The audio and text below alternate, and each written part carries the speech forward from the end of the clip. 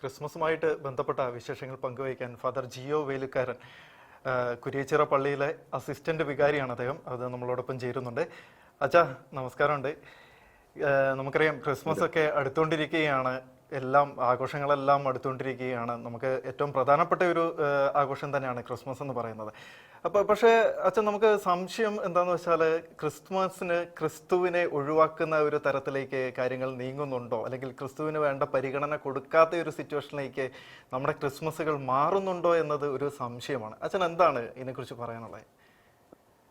ശരിയാണ്. നമ്മളിപ്പോ ക്രിസ്മസ് വീണ്ടും ഒരു ക്രിസ്മസ് കാലം കൂടി വരവായി. നമുക്ക് ടൗണുകളിലാണെങ്കിലും വീടുകളിലാണെങ്കിലും ദേവാലയങ്ങളാണെങ്കിലും നമ്മൾ നക്ഷത്രങ്ങള് തൂക്കി ക്രിസ്മസിനായിട്ട് ആ ഒരു സന്തോഷത്തിന്റെ പ്രതീക്ഷയുടെ ഒരു ഉണ്ണീശോയുടെ വരവനായിട്ട് നമ്മളെല്ലാവരും കാത്തിരിക്കുകയാണ്.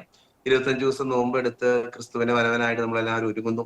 പക്ഷെ പറഞ്ഞതുപോലെ തന്നെ എവിടെയോ ഈ ക്രിസ്തുമസിൽ ക്രിസ്തു മിസ്സാകുന്നുണ്ടോ എന്നുള്ളൊരു ചോദ്യം അവിടെ നിൽക്കുന്നുണ്ട്. കാരണം ആഘോഷങ്ങളും അതുപോലെ തന്നെ നിരവധിയായ പ്രോഗ്രാംസ് ഒക്കെ ക്രിസ്മസിൽ നമ്മൾ കണ്ടക്ട് ചെയ്യുമ്പോൾ ആ ക്രിസ്തു മിസ്സായി പോകുന്നുണ്ടോ എന്നുള്ളത് വലിയൊരു ചോദ്യം തന്നെയാണ്. കാരണം 25 ദിവസം നോമ്പെടുത്ത് ക്രിസ്തുമസിന് അന്ന് നോമ്പ് വീടുമ്പോൾ ആ ക്രിസ്തുവിനെ മറന്നു പോകുന്ന പലപ്പോഴും ക്രിസ്ത്യാനികള് ഉണ്ടെന്നുള്ളത് ചിന്തിക്കേണ്ടതായിട്ടുള്ള ഒരു യാഥാർത്ഥ്യമാണ്.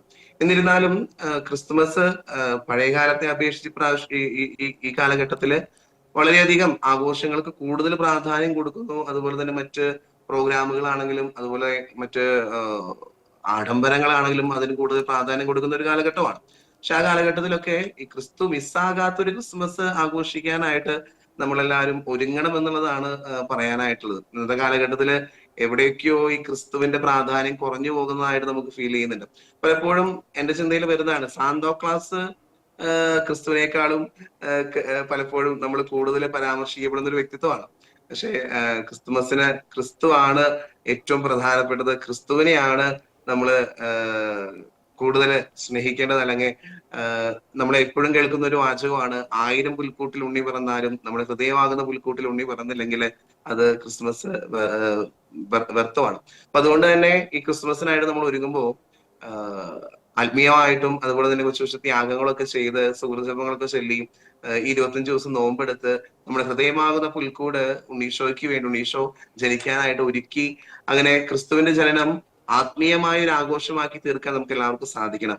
അങ്ങനെ ക്രിസ്തു മിസ്സാകാത്തൊരു ക്രിസ്മസ് ആഘോഷമാണ് നമ്മളെല്ലാവരും ആഘോഷിക്കേണ്ടതെന്ന് ഓർമ്മിപ്പിക്കുകയാണ്. എന്നിരുന്നാലും ക്രിസ്തുമസിന്റെ പ്രാധാന്യം ക്രിസ്തുവിന് ഒട്ടും കുറയാത്ത രീതിയിൽ ഈ വർഷത്തെ ക്രിസ്മസ് ആഘോഷിക്കാനായിട്ട് നമുക്ക് എല്ലാവർക്കും സാധിക്കട്ടെ എന്ന് ആശംസിക്കുന്നു. ഏവർക്കും ക്രിസ്മസിന്റെ ആശംസകൾ സ്നേഹപൂർവ്വം നേരുകയാണ്. തീർച്ചയായിട്ടും തിരിച്ചും ആശംസകൾ അറിയിക്കുന്ന വെച്ചാൽ തീർച്ചയായിട്ടും വളരെ നന്ദി. ഫാദർ ജിയോ വേലുക്കാരനാണ് നമ്മളോടൊപ്പം വിശേഷങ്ങൾ പങ്കുവയ്ക്കാനായിട്ട് ചേർന്നത്.